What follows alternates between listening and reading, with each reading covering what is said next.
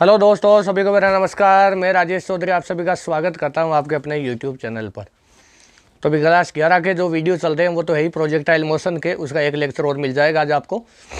उसके साथ में आज है ना हम शुरू करने वाले 12th क्लास का एक टॉपिक जिसका नाम है एटॉमिक स्ट्रक्चर, है ना। तो एटॉमिक स्ट्रक्चर में देखो क्या क्या होता है। इसके नोट्स मैं आपको कम्युनिटी पोस्ट पर अवेलेबल करवा दूंगा, है ना। वहाँ पर जो जितनी फ़ोटोज़ है ना वो सारी अपलोड कर दूँगा लेक्चर के साथ साथ ही। तो आप वहाँ से देख के नोट्स बना लेना और वीडियो से समझ लेना, है ना, वरना वीडियो काफ़ी बड़ी हो जाएगी, थोड़ी इंटरेस्टिंग नहीं रहेगी ज़्यादा, है ना। इसलिए हम क्या करेंगे, कम्युनिटी पोस्ट में डाल दूंगा नोट्स लिखे हुए, है ना।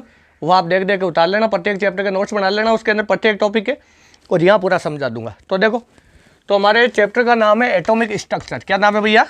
Atomic structure.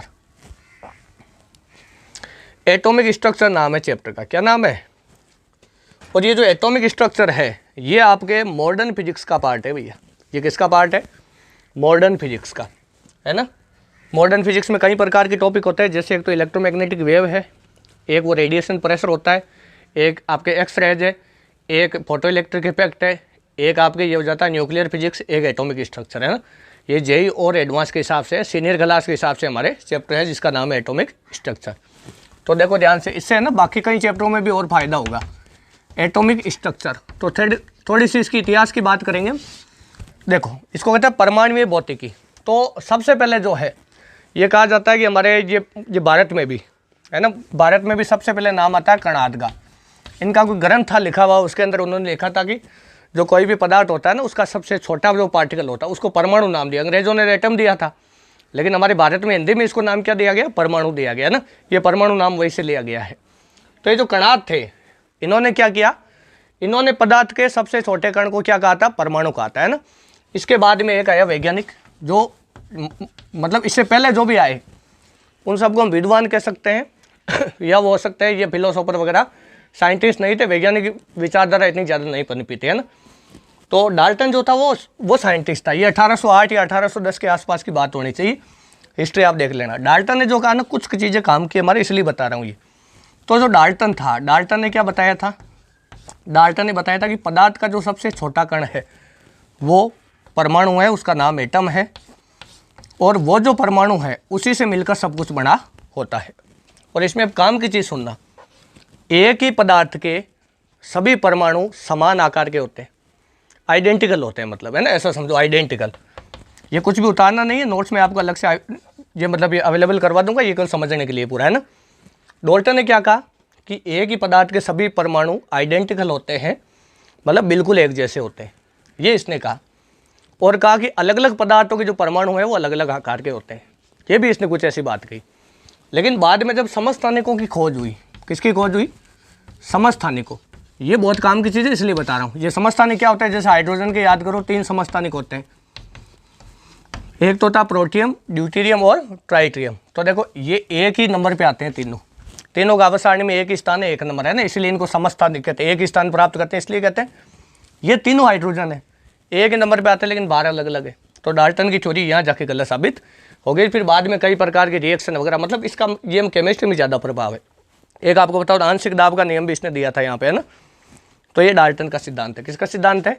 डाल्टन का, ना। काम की चीज़ें मैंने बता दी, और बाकी फालतू कुछ पढ़ने की आवश्यकता नहीं है। हमारे जो मेन कहानी स्टार्ट होगी ना वो होगी थॉमसन मॉडल से। Thompson model of atom, Thompson model of atom, है ना। इसको कई किताबों में ना थॉमसन भी दिखा जाता है, आपने ये सुना होगा, है ना। क्योंकि ये क्या है, ये फर्क है, ये मतलब प्रोनाउंसिएशन का, है ना। कई जगह थॉमसन कहते हैं, कई जगह थॉमसन कहा जाता है ना। तो देख के घबराना नहीं, एक ही नाम है, ये केवल प्रोनाउंसिएशन का फर्क है ना। अब इसके बाद देखो ध्यान से, इसने क्या कहा कि परमाणु जो है वो 10⁻⁻10 मीटर त्रिज्या का एक धनावेशित गोला है। 10⁻⁻10 मीटर त्रिज्या का एक धनावेशित गोला है, मतलब पूरा का पूरा जो गोला है वही धनावेशित है, पूरा धनावेश से मिलकर बना है। और इसमें जो इलेक्ट्रॉन है वो जैसे तरबूज में 20 दशे होते हैं, उनकी तरह ही दशे होते हैं। इसने ऐसे कहा इलेक्ट्रॉन, मतलब बाकी जो इन इलेक्ट्रॉन डॉट के अलावा जो आपको दिख रहा है ना वो पूरा पॉजिटिव चार्ज है, और ये जो दिख रहा है डॉट ये आपके नेगेटिव चार्ज है, इलेक्ट्रॉन। आपको बताओ तो इलेक्ट्रॉन की खोज किसने करी थी? इलेक्ट्रॉन की खोज करी थी जे जे थॉमसन ने। प्रोटॉन की खोज किसने करी थी? गोल्डस्टीन ने, न्यूट्रॉन की करी थी जेम्स चैडविक ने, और नाभिक की करी थी रदरफोर्ड ने, है ना। एल्फा गणित स्कैटरिंग प्रयोग हुआ था, वो आगे पढ़ेंगे इसके बाद में। तो इलेक्ट्रॉन की खोज थॉमसन ने कर ली थी, कैथोड रे ट्यूब के द्वारा करी थी, है ना। और कैथोड रे ट्यूब में, क्योंकि उस समय तक क्या है, ये सोचो एक चीज़, टाइमलाइन मैच करना इसकी, 1904 के आसपास की बात है ना, 1904 के आसपास की। एग्जैक्ट सन मुझे पता नहीं, हो सकता है ये इतना ही होगा, 1900 के बाद की बात है। 1888 के अंदर ही प्रकाश विद्युत प्रभाव की खोज हो गई थी, फोटो इलेक्ट्रिक इफेक्ट की। और फोटो इलेक्ट्रिक इफेक्ट क्या बताता है कि अगर आपके पास में कोई कैथोड रे ट्यूब है इस टाइप की, और यहाँ पे दो धातु की प्लेटें लगी है, और यहाँ पर अगर आप प्रकाश डालते हो तो ये सर्किट पूरा हो जाता था। याद करो, ये बताया था मैंने कि यहाँ पे एक लगा था क्या, यहाँ पे एक बैटरी लगी थी, यहाँ कुंजी लगी थी, कुंजी को बंद कर दिया देखे से इस टाइप से, है ना। इसको थोड़ा देख सही बना लेते हैं, देखो ध्यान से। ये आपकी कैथोड रे ट्यूब है, कांच की ट्यूब है ना, कांच की, और निर्वातित होती है, वैक्यूम होता है अंदर। यहाँ जोड़ दी बैटरी, है ना, चाहो तो बैटरी को उल्टा जोड़ दो ताकि इलेक्ट्रॉन निकलने में आसानी हो। ऋणावेशित प्लेट में इलेक्ट्रॉन ज़्यादा होते हैं, ये हमें पता है, लेकिन उस समय इनको पता नहीं था। और ये आपकी कुंजी है, और यहाँ इसको देखो ऐसे जोड़ दिया हमने। अब यहाँ एक चीज़ ध्यान से देखना आप, अगर आप ध्यान से देखोगे तो आपको पता पड़ेगा कि ये जो बैटरी है यहाँ पे, ये इसके ऊपर क्या हुआ था, ये जो प्लेट है इसको कैथोड कहा था इन्होंने। इस पे के ऊपर जब प्रकाश पड़ता है तो इसे इलेक्ट्रॉन बाहर निकलने लगते हैं, मतलब कुछ ऐसा बाहर निकला था, सर्किट पूरा हो गया था। इनको पता नहीं था ये, है कि नहीं। तो बाद में थॉमसन ने क्या दिमाग लगाया, कुछ इसमें से पार्टिकल है, क्योंकि धातु की प्लेट तो पूरी की पूरी दिख रही है, जितनी पहले थी उतनी अब है। उस प्लेट में तो कुछ, जब मोटाई में तो फर्क आया नहीं, मतलब इसमें से कुछ निकल के इधर आ रहा है, जिनकी साइज बहुत ही ज़्यादा छोटी है ना। और यहाँ आने के लिए उनको नेगेटिव चार्ज होना चाहिए। बेंजामिन फ्रैंकलिन वगैरह ने काफ़ी चीज़ें पहले बता दी थी, है ना, काफ़ी था इनके पास सामान ये देखने के लिए कि ये ऋणावेशित पार्टिकल है। बाद में थॉमसन ने क्या किया, इसका आवेश और द्रव्यमान का अनुपात ज्ञात किया, जिसको हम याद करो किस नाम से जानते हैं। ये क्या होता है बताओ मुझे, क्यू बटा एम क्या चीज़ है, पहले चैप्टर में पढ़ाया था। क्यू बटा एम को कहते हैं विशिष्ट आवेश, क्या कहते हैं, विशिष्ट आवेश, स्पेसिफिक चार्ज कहते हैं। तो थॉमसन ने ये ज्ञात करा था, और इसकी सहायता से फिर इलेक्ट्रॉन का आवेश और इलेक्ट्रॉन का द्रव्यमान भी इसने ज्ञात करा था। इसकी चर्चा कभी और करेंगे, है ना, ये किस प्रकार से हुई इलेक्ट्रॉन की खोज। तो जो क्यू बटा एम इसने ज्ञात कर लिया, उससे ही पता पड़ गया इसको कि जो भी पदार्थ है उसके जो भी छोटे छोटे अवयव है ना, जो भी अवयवी कण है उनमें ये इलेक्ट्रॉन पाए जाते हैं। इसको नाम दे दिया इलेक्ट्रॉन, इसमें ये इलेक्ट्रॉन पाया जाता है। उसी से बाद में ये अपना मॉडल तैयार किया इसने कि परमाणु 10⁻⁻10 मीटर त्रिज्या का एक धनावेशित गोला है, जिसमें इलेक्ट्रॉन उसी प्रकार दसे होते हैं जैसे तरबूज में बीज होते हैं। इसके कई नाम रखे गए, जैसे एक तो प्लम पुडिंग मॉडल था, वो एक मिठाई होती है वहाँ की, है ना, ये मतलब यूरोप वगैरह कोई होती है, जब जिसके अंदर ये मतलब मिठाई के अंदर क्या होता है, वो जो उसका मटेरियल होता है मेन, उसके ऊपर वो आलू बुखारे होते हैं, कुछ ऐसा होता होगा ना, मुझे तो पता नहीं। तो वो इस टाइप से क्या है, सेम तरबूज की तरह होता है। भारत में तरबूज मॉडल नाम दे दिया। और एक नाम इसका और रखा गया, जिसका नाम था आयन रेजिन मॉडल। एक नाम और क्या रखा गया, आयन रेजिन मॉडल। तो इसके 3 नाम रखे गए। तो ये था परमाणु का थॉमसन मॉडल। अब देखो, परमाणु की त्रिज्या 10⁻10 मीटर त्रिज्या की कोटि की क्यों होती है। याद करो, इस चीज़ मैंने एक बार आपको बताई थी 11वीं के अंदर, जब हम यूनिट एंड डायमेंशन पढ़ रहे थे, तो वहाँ पर 2 टॉपिक पढ़े थे, वृत्त दूरियों का मापन और सूक्ष्म दूरियों का मापन। मतलब जो स्मॉल डिस्टेंस होती है उनको कैसे मेजर करते हैं, और जो लॉन्ग डिस्टेंस होती है, लॉन्ग डिस्टेंस में हमने एस्ट्रोनॉमिकल यूनिट पढ़ा, पार्सेक पढ़ा, लाइट ईयर पढ़ा, जिसको प्रकाश वर्ष नाम दिया गया, है ना, ये सारी चीज़ें हमने पढ़ी। और सूक्ष्म दूरियों के मापन में याद करो, एक तो औलिक अम्लीकरणों का व्यास, एक चीज़ और होती है अवोगाद्रो विधि। तो अवोगाद्रो विधि का जो फॉर्मूला था, उससे हमने एक चीज़ हमने ना कैलकुलेट करी थी, याद करो। उसका फॉर्मूला कुछ ऐसा था, R बराबर ये था कैपिटल M/2 पाई ρ Na, और इसकी पावर थी 1/3। तो यही काम सोडियम के लिए कर ले। सोडियम का जो घनत्व है वो होता है 970 kg पर मीटर क्यूब, है ना। और सोडियम का याद कर अणुभार होता है 23 ग्राम पर मोल होता है। याद करो, अणुभार का भी मात्रक होता है, इसका मात्रक ग्राम पर मोल। Na का मान तुझे पता है, मात्रक वगैरह सही से चेक कर लेना, और इसको गुणा भाग करके तो R निकालना। ये 10⁻10 मीटर आएगा गुणा में। मतलब जो परमाणु की त्रिज्या है वो 10⁻10 मीटर कोटि की होती है। क्या ये कैसे कैलकुलेट करेगा पता पड़ा, ये 11वीं में कैलकुलेट कर रहा था। नाभिक की त्रिज्या 10⁻15 मीटर होती है, वो कैलकुलेट करना बताऊंगा अगले चैप्टर के अंदर, है ना। तो देखो आ जाओ, ये इसको चाहो तो आप है ना उसमें उतार सकते हो रफ कॉपी में, जब शॉर्ट में ना ये वाले जैसे काम की चीज़ लिख लो, और इसको है ना कैलकुलेशन करके देखना ताकि फील आए थोड़ी, है ना, कि थॉमसन ऐसा क्यों बताया। अब देखो थॉमसन का मॉडल जो है वो फेल कहाँ हुआ। 1904 में थॉमसन ने अपना मॉडल प्रस्तुत कर दिया और वैज्ञानिकों ने मान लिया कि भाई कोई बात नहीं है, थॉमसन ने परमाणु को समझा दिया है। और अगर आप एक खास बात देखो तो फिजिक्स की जो ज़्यादातर मैक्सिमम खोजें हैं ना, वो परमाणु की खोज से पहले ही हो गई थी। ये बहुत बड़े मतलब आश्चर्य की बात है। प्रकाश तरंग है, ये प्रकाश की स्पीड निकालना, थियरी ऑफ रिलेटिविटी, इसी के समकक्ष आए से 1904-05 के अंदर ही, मतलब फिजिक्स की बड़ी बड़ी रिसर्च इसी समय हो गई थी। फिर 1905-6 साल बाद में एक एक्सपेरिमेंट हुआ जिसका नाम था alpha scattering experiment. Alpha scattering experiment, scattering का मतलब था बिखरना। ये किया था रदरफोर्ड ने। ये किसने किया था? रदरफोर्ड ने। तो एक वैज्ञानिक था जिसका नाम था रदरफोर्ड, अनरेस्ट रदरफोर्ड ऐसा कहा जाता है। बहुत ही कमाल का वैज्ञानिक था। इसके 2 शिष्य थे, एक तो था गाइकर और एक था मार्सडन, है ना। इन तीनों ने मिलकर किया था, गाइकर और मार्सडन, है ना। चाहो तो ऐसे ये टर्मिनोलॉजी है कि स्टाइल मारने के लिए बता सकते हो, बाकी काम का कुछ नहीं, है ना, इतिहास है। लेकिन इससे क्या थोड़ी फील आती है इसलिए बता रहा हूँ। तो ये 1911 के आसपास हुआ था एक्सपेरिमेंट, है ना। और ये क्या टाइमलाइन थोड़ी मैच होना जरूरी है, इससे ना आपके दिमाग में प्रकाश के बारे में जो रिसर्च हुई, जो परमाणु की खोज हुई, जो न्यूट्रॉन की खोज हुई, जैसे 1930 के अंदर न्यूट्रॉन वगैरह के बारे में काफ़ी चीज़ें पता पड़ गई थी, है ना। वो उसने कि मैडम क्यूरी ने भी किया था, जेम्स चैडविक ने भी किया था उसके ऊपर, है ना। तो ये जो टाइम है ये थोड़ा बहुत काम का हो सकता है। इसकी हिस्ट्री बताई थी मैंने क्लास में पूरी एक दिन, है ना, एक लेक्चर इसी के ऊपर दिया था। तो जो एल्फा स्कैटरिंग एक्सपेरिमेंट है इसके अंदर क्या हुआ, रदरफोर्ड ने क्या किया, मतलब इनके दोनों शिष्यों को इसने बताया कि ऐसा ऐसा करो और ऐसा एक्सपेरिमेंट करके देखो, देखिए क्या पता पड़ता है। तो इन्होंने क्या किया, यहाँ पर तो लगा दी कुछ लेड की ईंटें, है ना, ये बताऊंगा आगे क्या मामला है। यहाँ पर तो लगा दी लेड की ईंटें और यहाँ पर एक लगाया इन्होंने पर्दा इस टाइप का, है ना, यहाँ लगाया पर्दा। और यहाँ पर एक क्या किया इन्होंने, सोने की पन्नी टांग दी, है ना, इस टाइप से आधारों के बीच में इस टाइप से एडजस्ट कर दी। इस पन्ने की जो मोटाई थी वो 10⁻⁷ मीटर रखी गई। गोल्ड फॉइल थी, है ना, सोने की पन्नी, गोल्ड फॉइल। तो ये जो सोने की पन्नी है इसको इतना कम मोटाई का क्यों बनाया गया, क्योंकि रदरफोर्ड ये मानता था कि जो एटम है वो इस टाइप के, देखना ध्यान से, ये जैसे एटम है पूरा अच्छे से पल्ले पड़ेगा, ध्यान से सुनोगे मेरी बात, कुछ भी रट्टा मारने की जरूरत नहीं होगी। क्या एटम को हम ऐसे साइड में से देख रहे हैं, साइड व्यू, मतलब एक तो ये व्यू है, एक ये व्यू देख पा रहे हो आप, ये वाला ये व्यू देख रहे हो, क्या ऐसी एटम की परतें होगी। तो इसने कहा कि हम क्या करते हैं, इस पन्ने को, क्योंकि हम जानते हैं अगर पन्नी 1 सेंटीमीटर या फिर 5 सेंटीमीटर वगैरह या 2 mm इस टाइप की मोटाई की हुई तो उसमें परमाणु की लेयर काफ़ी होगी।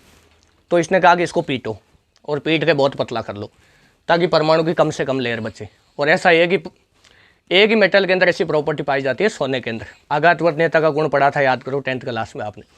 इसको पीट के बहुत पतला बनाया जा सकता है। तो इन्होंने क्या किया, सोने की पन्नी ली, बहुत पीटा, इसको बुरी तरह मारा और इसे एक इस टाइप की बहुत ही पतली पन्नी बना ली। ये मोटाई थी 10⁻⁷ मीटर, आप इमेजिन कर सकते हो कितनी पतली थी। और इस पन्नी को यहाँ पे टांग दिया, है ना। और ये मान लिया कि मतलब इसमें फिर भी देखो ये 150 तो लेयर होगी, जब इतने तो कम से कम होने चाहिए, लेकिन फिर भी बहुत ज़्यादा मैटर नहीं करता है। ऐसा सुविधा वाली मान लो 20 लेयर बची, है ना, थोड़ा है ना, ये प्रैक्टिकली सोचते हैं। तो इसके अंदर 20 एक लेयर परमाणु की बची है। अगर थॉमसन का मॉडल सही होता तो ये जो भी इधर से भेजता क्या वो इन गोलों से टकरा, क्योंकि गोला भरवा है। थॉमसन ने क्या कहा था कि परमाणु 10⁻⁻10 मीटर त्रिज्या का एक धनावेशित गोला, मतलब भरवा है वो, है कि नहीं। और इलेक्ट्रॉन उसके ऊपर बीजों की तरह जो होता है ना, तरबूज में बीज धसे होते हैं वैसे धसे होते हैं। तो अगर उसकी बात सही होती तो सोच के देख, कोई भी अगर बड़ी चीज़ से कोई छोटी सी चीज़ आके टकराएगी तो क्या होगा, हमने टक्कर में पढ़ा था, वो इससे टकराएगी तो वापस इसी रफ्तार से परावर्तित हो जाएगी और इसकी स्पीड में कोई भी प्रभाव पड़ेगा नहीं। ये टक्कर में याद करो हमने कोलिजन थियरी के अंदर 2-3 प्रकार के केस पढ़े थे, है ना। वो कैसे पढ़े थे, दोनों वस्तु का द्रव्यमान अगर सेम है, इसकी रफ्तार 0 है और इसकी रफ्तार है 10, ये जब इससे टकराएगा तो इसकी रफ्तार तो हो जानी है 10 और ये रुक जाएगा। अगर एक बहुत बड़ी चीज़ से एक छोटी सी चीज़ टकराएगी तो ये वापस इससे टकराने के बाद दुगुने वेग से उछल जाती है, याद करो, है कि नहीं। ये काम करता है इसके अंदर मोमेंटम कंजर्वेशन, याद करो टक्कर के अंदर मोमेंटम कंजर्वेशन हमेशा काम करता है। एनर्जी कंजर्वेशन केवल अप्रत्याश टक्कर में काम करता है, बाकी के लिए काम नहीं करता, याद करो। थोड़ा बहुत अगर याद आ रहा है, जब 11वीं के अंदर ढंग से पढ़ाया था सेंटर ऑफ मास के अंदर, है ना, पहले सेंटर ऑफ मास पढ़ा था, उसके बाद में बेसिक थियरी पढ़ी थी सेंटर ऑफ मास की, और उसके बाद में ये पढ़ाया था आपको, है ना, कोलिजन थियरी पढ़ाई थी, याद करो पूरी। इम्पल्स ऑफ रिपल्सन बटा इम्पल्स ऑफ डिफॉर्मेशन बटा इम्पल्स ऑफ रिफॉर्मेशन, है ना, इस टाइप के फॉर्मूले वगैरह पढ़े थे, याद करो, कुछ कुछ याद आ रहा था, है ना, पूरी 100% फील कराई थी इसको। इसी के साथ में एक कंसेप्ट और होता है कि एक बहुत बड़ा पिंड है, एक छोटा पिंड है, ये अगर इससे टकराएगा तो ये इसके आगे रवाना होगा, ये भी चलता जाएगा ना, ये सॉरी इससे टकराने के बाद उसी रफ्तार से चला जाना चाहिए, कैलकुलेशन देख लेना एक बार, ये इससे जब टकराएगा तो वापस उसी रफ्तार से परावर्तित हो जाता है, एक बार चेक कर लेना। और ये बड़ा वाला गोला जब इससे टकराएगा तो इसकी रफ्तार इससे डबल हो जाती और ये उसी रफ्तार से चलता रहता है ना। जैसे इसकी रफ्तार 10 थी तो इससे टकराने के बाद इसकी रफ्तार हो जाएगी 20, पहले ये रुका हुआ था और ये चल रहा था। तो ये टक्कर के अंदर पढ़ा था, चाहो तो 11वीं कॉपी खोल के एक बार आप इसके ऊपर नज़र मार सकते हो, लेकिन ज़्यादा समय ख़राब करना नहीं। आ जाओ देखो आगे। तो अगर मतलब उसके दिमाग में आइडिया क्यों आया, उसने कहा कि मैं यहाँ से छोटे छोटे पार्टिकल बेचूंगा। अब छोटे छोटे पार्टिकल कौन से, तब तक एल्फा कण वगैरह है ना, इनके बारे में थोड़ी बहुत जानकारी थी, है ना, उस समय तक थोड़ी बहुत जानकारी हो गई थी। ये शायद, हालांकि रेडियो एक्टिविटी पे सबसे ज़्यादा रिसर्च तो 1925 के बाद ही हुई या 1920 के बाद, है ना, उसके बाद इसके ये सारे जब नियम आए थे वो सारा आगे पढ़ाऊँगा। हालांकि किताब से हटा दिया NCERT से, लेकिन रेडियो एक्टिविटी अगर समय मिला तो यूट्यूब पे पढ़ा दूँगा, है ना। बहुत कमाल का टॉपिक है, सोचने समझने का नज़रिया बदल जाएगा आपका। देखो ध्यान से, यहाँ इसने एक सोर्स लगाया इस टाइप का, देखना ये जो सोर्स था, ये सोर्स था बिस्मिथ। ये कौन सा सोर्स था, बिस्मिथ। और बिस्मिथ आता आपको पता हो तो 83 नंबर पे, कितने नंबर पे आता है, 83 नंबर पे। बिस्मिथ का ये समस्थानिक था, शायद 214 होना चाहिए, है ना। इस टाइप के बहुत सारे समस्थानिक होते हैं, इसके 214 के आसपास होना चाहिए, चेक कर लेना एक बार आप, है ना, ये मुझे डेटा याद नहीं, वो आप अपने हिसाब से देख लेना, 214 होना चाहिए बिस्मिथ। अब जो बिस्मिथ है ना, आपको बताओ तो आवर्त सारणी में जो रेडियो एक्टिव तत्व हैं उनकी कहानी शुरू होती है बिस्मिथ के बाद में। बिस्मिथ है वो पहला तत्व है जहाँ से आगे रेडियो एक्टिव तत्व हो जाते हैं सारे। इसमें 83 प्रोटॉन पाए जाते हैं, 83 नंबर पे आता है। तो ये क्या करता है, अपने आप ही पड़ा एल्फा कण छोड़ता रहता है स्थायित्व प्राप्त करने के लिए, है ना। तो इसने काफ़ी मात्रा में बिस्मिथ ले लिया, ऐसा नहीं एक ही पार्टिकल, एक पार्टिकल कैसे ले सकता है, बिस्मिथ ले लिया, काफ़ी मात्रा में क्यों लिया आगे समझाऊंगा। रेडियो एक्टिविटी के अंदर बहुत ज़रूरी चीज़ है। अब यहाँ से जो है एल्फा कण इसने भेजे और सोने की पन्नी पर डाले, तो इसने देखा कि जो बहुत सारे जो एल्फा कण थे, हमने ऐसे यहाँ पे एक लाइन से ही बनाया है, बाकी है ना इस टाइप के बहुत सारे, मतलब ये एक मतलब ये बीम निकली थी एल्फा कण की, है ना। ये जो लेड की ईंटें हैं ये इनको क्या है, इस तरफ से टकराने से रोकती है, इस तरफ कोई जाएगा तो इनको ये अवशोषित कर लेगा लेड, है ना। ये मतलब कांच की ईंटें हैं, PB लेड की ईंटें। अब यहाँ पे जब गया तो इसने देखा कि कहीं तो ऐसे निकले एल्फा कण, कहीं ऐसे निकले, कहीं बिल्कुल सीधे निकल गए और एक एल्फा कण वापस आ गया टकरा के। मतलब अब एक्सपेरिमेंट से जो रिजल्ट मिले उनकी हम चर्चा कर रहे हैं। ये एक्सपेरिमेंट हुआ। पहली बात, सोने को क्यों चुना गया बताऊँ, क्योंकि सोने का पार्टिकल भारी होता है, एल्फा कण जो होता है उसका तो क्या है He42। हीलियम के नाभिक को एल्फा कण कहा जाता है कि नहीं। हीलियम जो होता है उसमें 2 प्रोटॉन होते हैं, 2 ही न्यूट्रॉन होते हैं, 2 इलेक्ट्रॉन चक्कर लगा रहे हैं, ऐसे मान ले। इन दोनों इलेक्ट्रॉनों को बाहर निकाल दे तो पीछे क्या बचेगा, क्या हीलियम का नाभिक बचेगा केवल, इसी को एल्फा कण के नाम से जाना जाता है। अब सोच के देख, जो सोना है वो नंबर पे आता है 79 पर। तो देख 79 नंबर पे आने का मतलब है कि इसमें प्रोटॉन 79 है, तो न्यूट्रॉन इससे ज़्यादा संख्या में भी होते हैं नॉर्मली, है कि नहीं। तो इसमें देखो लगभग 150 के आसपास हो जाती है इसकी द्रव्यमान संख्या, है ना। तो इतनी द्रव्यमान संख्या का मतलब कि नाभिक बहुत ज़्यादा साइज में बड़ा है। मतलब ऐसा समझो, ये तो हो गया सोने का एक एटम, और ये हो गया आपका एल्फा कण, है ना, इससे भी छोटा ऐसा। ये इसे जब टकराएगा तो ये अपनी जगह से हिलेगा नहीं, इसलिए सोने को चुना इस, है ना। वरना ये अगर जब बराबर साइज के पार्टिकल होते तो ये पार्टिकल को बाहर फेंक देता, है ना, और हमें रिजल्ट सही नहीं मिलता कि इसका आकार कैसा है, हमें इसके बारे में जानकारी चाहिए थी। तो अब एक्सपेरिमेंट के जो रिजल्ट है वो आए, रिजल्ट मार्शटन और गाइकर ने देखा और वो तो पागल हो गए, साला ये क्या हो रहा है। उनके कुछ भी पल्ले नहीं पड़ा तो रदरफोर्ड को बुलाया, और बुलाने के बाद उसने देखा और कहा कि भैया ये तो बहुत ही कमाल की चीज़ है ना। मतलब जो थॉमसन का मॉडल है वो गलत है। क्यों है, क्योंकि हुआ क्या, ध्यान से देखना। आप ऐसा समझो कि अधिकांश एल्फा कण जो थे वो सीधे निकल गए। अधिकांश का मतलब ऐसा समझ लो 90% तक या ज़्यादा भी। एल्फा कण के कोई फर्क ही नहीं पड़ा, उनको लगा साला ये जैसे जाली है, कोई सोने की पन्नी ऐसे सामने तानी हुई है, देखे से इधर से एल्फा कण आ रहे हैं, और 90% एल्फा कण आर पार जाने का क्या मतलब है, वो किसी परत से नहीं टकराए हैं, वो एक जाली से टकराए हैं और उससे आर पार निकल गए एल्फा। क्या जो मैंने बताया अच्छे से पल्ले पड़ा, मतलब आर पार जाने का क्या मतलब हुआ कि सामने कोई परत नहीं है, सघन परत नहीं है, एक जाली है जिससे अल्फा कण सारे के सारे आर पार निकल गए, है कि नहीं, उनको ये रोक नहीं पाई पड़नी। मतलब जो ये जो है इसका मैक्सिमम जो पार्ट है वो खाली 90% अल्फा कण आर पार जाने का मतलब है कि मैक्सिमम हो सकता है 95% हो। ये मतलब मोस्ट ऑफ जो अल्फा पार्टिकल्स थे वो सिद्ध निकल गए थे बिल्कुल बिना डेविएशन, ये बिना डेविएट हुए, बिल्कुल विचलन नहीं हुआ। बहुत सारे जो अल्फा कण थे वो ऐसे गए, जैसे ये पनीति इस पर टकराए तो कई अल्फा कण तो इधर चले गए, कहीं इधर चले गए, कहीं इधर चले गए, कहीं इधर चले गए, कहीं इधर भी आए, 90 डिग्री से भी ज़्यादा एंगल पर भी डेविएट हुए, लेकिन इनकी संख्या इनके कंपैरिजन में कम थी। एक अल्फा कण ऐसा था जो साला जैसे गया वो वैसे ही आ गया, है ना, लेलन जैसे गई थी ना वैसे ही वापस आ गई, है ना, वो गणना है ना, वो याद करो।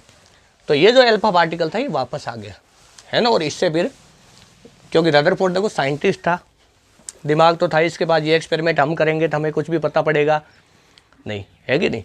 तो वो ये सन्नाटा नहीं था हमारी तरह, है ना, उसने देख लिया, चीज़ों को समझ लिया, उसके कारण ही समझ में आ गई। फिर उसने अपना एक मॉडल यहाँ पे प्रस्तुत किया। तो इसके एक्सपेरिमेंटल रिजल्ट क्या हुए? पहला रिजल्ट, परमाणु का अधिकांश भाग अधिकांश अल्फा कण सीधे निकल गए। बहुत सारे अल्फा कण 90 डिग्री से कम कोणों पर, मतलब न्यून कोणों पर, और बहुत सारे अल्फा कण अधिक कोणों पर ये मतलब विचलित हुए। मतलब बहुत कम अल्फा कण 90 डिग्री से ज़्यादा पर विचलित हुए थे। ज़्यादा किस पर हुए थे? 90 डिग्री से कम पर। मैक्सिमम तो सीधे निकल गए, जो बचे उनमें से भी मैक्सिमम 90 डिग्री तक के कोणों पर डेविएट हो गए, मतलब विचलित हो गए। तीसरा, 90 डिग्री से ज़्यादा एंगल के ऊपर बहुत कम पार्टिकल विचलित हुए, लेकिन हुए। एक पार्टिकल ऐसा था, इसके लिए अब डेटा दिया जाता है कई जगह, कई किताबों जैसे 8000 अल्फा कण कहते हैं उसने छोड़े थे, कई किताबों में 20,000 छोड़े थे, ना। ये देख लो आप अपने हिसाब से। मान लो 8000 के अल्फा कण छोड़े तो एक अल्फा कण पार्टिकल वापस आया था 180 डिग्री पर घूमकर। ये एक्सपेरिमेंट के रिजल्ट थे, ये इसने लिख लिए। और फिर इसने अपना दिमाग चलाया कि परमाणु की फिर आकृति कैसे है। सोच के देखो, थॉमसन का मॉडल अगर सही होता तो क्या होना चाहिए कि जैसे ये एटम है तो हम जानते हैं एटम के बीच में जगह होती है, तो यहाँ से जैसे अल्फा कण है वो निकल सकता है, तो ना के बराबर अल्फा कण आर पार जाने चाहिए थे इससे, है ना। ये आपने केमिस्ट्री में ठोस अवस्था वाला का चैप्टर आपने पढ़ा है, तो उसमें एक टॉपिक होता है निविड़ संकुलन वगैरह, जिसमें जो ठोस होते हैं उनकी एटम की स्थितियाँ बताई जाती है, किस प्रकार से वो व्यवस्थित होते हैं। तो इनके बीच में बहुत सारी रिक्तियाँ होती है कि नहीं, याद करो। उसने ये अवोगाद्रो ने बताया था कि केवल 2/3 आयतन के अंदर, जो टोटल आयतन है उसके केवल 2/3 आयतन के अंदर परमाणु होते हैं, बाकी सब खाली होता है। और रदरफोर्ड ने क्या कहा कि साला पूरा ही खाली होता है। ये एटम है, ये भी खुद भी खाली होता है, और खाली कहाँ तक? 90% से भी ज़्यादा, है कि नहीं। अब देख ध्यान से, इस एक्सपेरिमेंटल जो इसके जो थे रिजल्ट, इनको अब उसने अपना मॉडल तैयार किया, जिसको नाम दिया गया रदरफोर्ड का परमाणु मॉडल। रदरफोर्ड का परमाणु मॉडल, रदरफोर्ड का परमाणु मॉडल। अब बोर्ड में है ना, बोर्ड में केवल इसका चित्र आ सकता है, ये काफ़ी काम की चीज़ है। तो बोर्ड में चित्र आ सकता है इसका। उसने एक चीज़ नहीं बताई मैंने, उसने ये देखा कैसे कि पार्टिकल जो है वो अधिकांश सीधे निकल गए या कुछ। अल्फा कण को देख थोड़ी सकते हैं क्या, बहुत ही छोटा पार्टिकल है मतलब उसको मतलब नंगी आंखों से देखना तो संभव ही नहीं। और इसने ये जो पर्दा लिया था, ये जिंक सल्फाइड का लिया था। जिंक सल्फाइड है ना, एक इस टाइप का स्फुरिदीप्त पदार्थ है, जिस पर कोई जब आवेशित कण टकराता है तो वहाँ पे चमक उत्पन्न होती है। क्या उत्पन्न होती है? चमक, है ना। इस टाइप के और भी कई प्रकार के फोटोग्राफिक प्लेट है, उस पर भी ऐसा होता है ना। कई प्रकार के पदार्थ ऐसे पाए जाते हैं तो उसने जिंक सल्फाइड का यहाँ पे पर्दा काम में लिया। यहाँ पे एक सूक्ष्मदर्शी लगा दी। सूक्ष्मदर्शी घूमने वाली थी, है ना, ताकि वो घुमा के देख सके, क्योंकि अल्फा कण तो लगातार छोड़ रहा था ही, है कि नहीं। तो ये घुमा के देखता गया, जो जो इसने देखा वो लिख लिया, और फिर बाद में उसे एक्सपेरिमेंटल रिजल्ट बन गए वो। तो अब इससे अपना मॉडल तैयार किया, और पहली लाइन क्या लिखी कि परमाणु का अधिकांश भाग खोखला है। थॉमसन ने क्या बताया था? पूरा भरवा है, धन आवेशित गोला है। तो इसने कहा परमाणु का अधिकांश भाग खोखला है। दूसरी चीज़ क्या कही? परमाणु का 99% द्रव्यमान, 99% द्रव्यमान और 100% धनावेश, 100% धनावेश। डेटा को ध्यान से समझना। परमाणु का 99% द्रव्यमान और 100% धनावेश एक छोटे से एक बिंदु में केंद्रित होता है, जिसको न्यूक्लियस कहते हैं, नाभिक कहते हैं। क्या कहते हैं? नाभिक। मतलब इसने कहा कि परमाणु जो है खोखला होता है। अब ये जो मैं जो इस टाइप की परिधि बना रहा हूँ, ये समझने के लिए केवल, ऐसी कोई परिधि परमाणु में पाई जाती नहीं है। यह एक छोटा सा इसके अंदर होता है नाभिक, और उसकी त्रिज्या जो है वो भी रदरफोर्ड ने कैलकुलेट करी, 10⁻⁻15 मीटर। आगे बताऊंगा कैसे कैलकुलेट करी। तो ये जो नाभिक है इसका, इस नाभिक में इसने कहा था कि परमाणु का 99% द्रव्यमान, इलेक्ट्रॉनों का द्रव्यमान आपको पता हो तो प्रोटॉन के कंपैरिजन में बहुत कम होता है, तो 99% तो द्रव्यमान और 100% धनावेश एक छोटे से भाग में केंद्रित होता है, जिसको नाम क्या दिया गया, नाभिक नाम दिया गया है ना। और उस नाभिक की त्रिज्या कितनी बताई उसने, 10⁻⁻15 मीटर। तो इसका पहला जो परमाणु मॉडल है उसका पहला स्टेटमेंट क्या हुआ कि परमाणु का अधिकांश भाग खोखला है। दूसरा स्टेटमेंट क्या हुआ कि जो परमाणु है उसका संपूर्ण धनावेश और लगभग संपूर्ण द्रव्यमान, समस्त धनावेश और लगभग समस्त उसका द्रव्यमान एक छोटे से भाग में अति सूक्ष्म स्थान में केंद्रित होता है, जिसे नाभिक कहते हैं। और एक तीसरा पॉइंट इसने और दिया इलेक्ट्रॉनों के बारे में। तो इससे पूछा गया ऋणावेश कहाँ होता है फिर, तो इसने बताया कि ऋणावेश जो है इलेक्ट्रॉन, वो नाभिक के चारों तरफ इसी प्रकार चक्कर काटते हैं जैसे सूरज के चारों तरफ ग्रह चक्कर काटते हैं, ऐसा इसने कहा। हो सकता है इसे इंस्पिरेशन सौरमंडल से ली हो, है ना, ये हमें पता नहीं, लेकिन इसने कहा कि इलेक्ट्रॉन कैसे चक्कर काटते हैं नाभिक के चारों तरफ, वर्ताकार कक्षाओं में चक्कर काटते हैं नाभिक के चारों तरफ, उसी प्रकार जैसे हमारे ग्रह सूर्य के चारों तरफ चक्कर काटते हैं। इसलिए इसका एक नाम और पड़ा, रदरफोर्ड का ग्रेई मॉडल। रदरफोर्ड का ग्रेई मॉडल एक नाम और पड़ा। तो अगर ऐसा पूछ ले तो भी आपको रदरफोर्ड का एल्फा ये स्कैटरिंग एक्सपेरिमेंट ही लिखना है, एल्फा प्रकीर्णन प्रयोग। क्या जो मैंने बताया अच्छे से पहले पढ़ा, तो ये था इसका मेन जो काम की चीज़ें थी ना वो। अब देखो रदरफोर्ड का जो है नियम, ये सॉरी एक्सपेरिमेंट, इससे जो रिजल्ट प्राप्त हुए उसमें थॉमसन मॉडल तो फिट नहीं हो रहा था, तो थॉमसन मॉडल को तो पूरी तरह हटा दिया कि भैया ये तो गलत है। लेकिन थॉमसन मॉडल से ना कुछ चीज़ें सही भी साबित हुई थी। कौन कौन सी, थॉमसन मॉडल से प्रकाश विद्युत प्रभाव की व्याख्या हो गई थी। अगर थॉमसन मॉडल के हिसाब से अगर हम परमाणु को माने, थॉमसन मॉडल है ना, ये सुनने में अजीब लगेगा लेकिन ये ट्रूथ है भैया। क्या प्रकाश विद्युत प्रभाव की खोज पहले ही हो गई थी इससे? थॉमसन ने जो अपना मॉडल दिया उसके हिसाब से फोटो इलेक्ट्रिक इफेक्ट के जो रिजल्ट है, फोटो इलेक्ट्रिक इफेक्ट, क्योंकि उसमें फोटोन आता है और इलेक्ट्रॉन से टकरा जाता है, इलेक्ट्रॉन बाहर निकल जाता है ना। और इसने कहा था इलेक्ट्रॉन बीजों की तरह धसे होते हैं, तो उसका ये काम कर गया था, फोटो इलेक्ट्रिक इफेक्ट को समझा दिया था। दूसरा आयनिक जो उत्सर्जन होता है, या सॉरी आयनिक विसर्जन को इसने समझा दिया था। आयनिक विसर्जन क्या होता है कि कोई गैस है, गैस को ट्यूब में भरो और उस पर आप इलेक्ट्रिसिटी अप्लाई करो, तो उसके जो इलेक्ट्रॉन होते हैं वो उस परमाणु से बाहर आ जाते हैं। याद करो गैस के अंदर आवेशवाहक कौन होते हैं, धारावाड़ा चैप्टर में बताया था। जो गैस होती है उसमें चार्ज कैरियर कौन होते हैं, आवेशवाहक। इसमें आवेशवाहक होते हैं इलेक्ट्रॉन और धनावेशित कण, इलेक्ट्रॉन और धनायन। एक टेबल बनवाई थी, याद करो, विद्युत धारावाड़ा चैप्टर में। अर्धचालक में इलेक्ट्रॉन होल होते हैं और जो आपके जब धातु होता है मुक्त इलेक्ट्रॉन होते हैं। कुचालक में कोई आवेशवाहक पाए जाते नहीं है। विद्युत अपघट्य में धनायन और ऋणायन, और गैस में इलेक्ट्रॉन और धनायन। क्योंकि होता क्या, देखो ये ट्यूब है, इसमें गैस भर दो, गैस भरने के बाद क्या करो, इसके ऊपर आप इलेक्ट्रिसिटी अप्लाई करो। तो जैसे आप इलेक्ट्रिसिटी अप्लाई करोगे तो इसके अंदर एक विद्युत क्षेत्र बन जाएगा, इलेक्ट्रिक फील्ड, और उस इलेक्ट्रिक फील्ड की वजह से उसके जो एटम है उसके इलेक्ट्रॉनों पर बल लगेगा, इलेक्ट्रॉन बाहर आ जाएगा। तो जब इलेक्ट्रॉन बाहर आएगा तो ये तो बन गया धनायन। याद करो धनायन किसे कहते हैं, धनावेशित परमाणु को धनायन कहते हैं। इलेक्ट्रॉन बाहर आ गया, तो थॉमसन मॉडल इसमें भी काम कर रहा था, बिल्कुल सही से।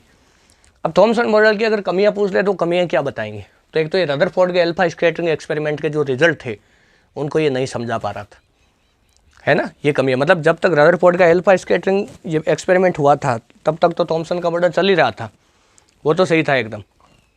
लेकिन जब इसके रिजल्ट आए तब उन्होंने देखा कि थॉमसन का मॉडल इसको समझाने में सक्षम नहीं है, इसके एक्सपेरिमेंट रिजल्ट की व्याख्या नहीं कर सकता है, परमाणु भरवा नहीं है, खोखला है। पहली चीज़ ये। दूसरी चीज़, एक परमाणु में स्पेक्ट्रम होता है, जो आगे बताऊंगा ढंग से, बहुत ही शानदार चीज़ है, मतलब है कि नहीं। नाभिक वाले चैप्टर से बहुत हाईली कनेक्टेड है। एक स्पेक्ट्रम फिंगरप्रिंट होता है एटम का, है ना, किसी भी तत्व का, वो भी पूरा समझाऊंगा। बहुत ही शानदार चीज़ है, मतलब बहुत काम की। हालांकि वो हमारे कोर्स में नहीं है, लेकिन फिर भी वो पढ़ाता हूँ मैं, क्योंकि बहुत ही बेसिक चीज़ है और वो आप विद्यार्थियों को पता होनी चाहिए। बाद में हो सकता है उनको सीखने का मौका नहीं मिले। तो ये जो है